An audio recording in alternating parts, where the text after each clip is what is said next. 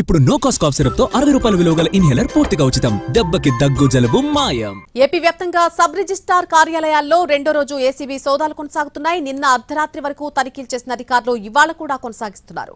నిన్నటి సోదాల్లో పలు కీలక పత్రాలను స్వాధీనం చేస్తున్నారు ఏసీబీ అధికారులు.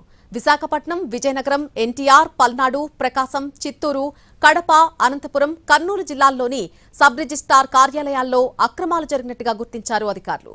జిల్లా రిజిస్ట్రార్లతో పాటు సబ్ రిజిస్ట్రార్ కార్యాలయాల్లోనూ సోదాలు నిర్వహించింది ఏసీబీ. రిజిస్ట్రేషన్ల ప్రక్రియల్లో భారీగా అక్రమాలు జరిగినట్టుగా గుర్తించారు ఏసీబీ అధికారులు. ఎనీవే రిజిస్ట్రేషన్ ను అడ్డం పెట్టుకుని అక్రమాలు చేస్తున్నట్టుగా తెలుస్తోంది.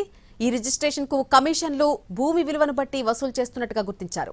ప్రజల నుంచి వచ్చినటువంటి ఫిర్యాదు, ప్రభుత్వ ఆదేశాలతో ముమ్మరంగా సోదాలు చేస్తున్నారు ఏసీబీ అధికారులు. అంతేకాదు ఏసీబీ అధికారుల తనిఖీల్లో పలు కీలక అంశాలు బయటపడ్డాయి.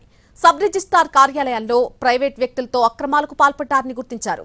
పలు జిల్లాల్లో సబ్ రిజిస్ట్రార్ల కార్యాలయాల్లోనే తిష్టవేసిన ప్రైవేట్ డాక్యుమెంట్ రైటర్లను కూడా పిలిచి ఫోన్లు సీజ్ చేశారు అధికారులు. నెల రోజుల వ్యవధిలో రిజిస్ట్రేషన్లు జరిగినటువంటి డాక్యుమెంట్స్, ఆర్థిక లావాదేవీలపై ఏసీబీ ఫోకస్ పెట్టింది.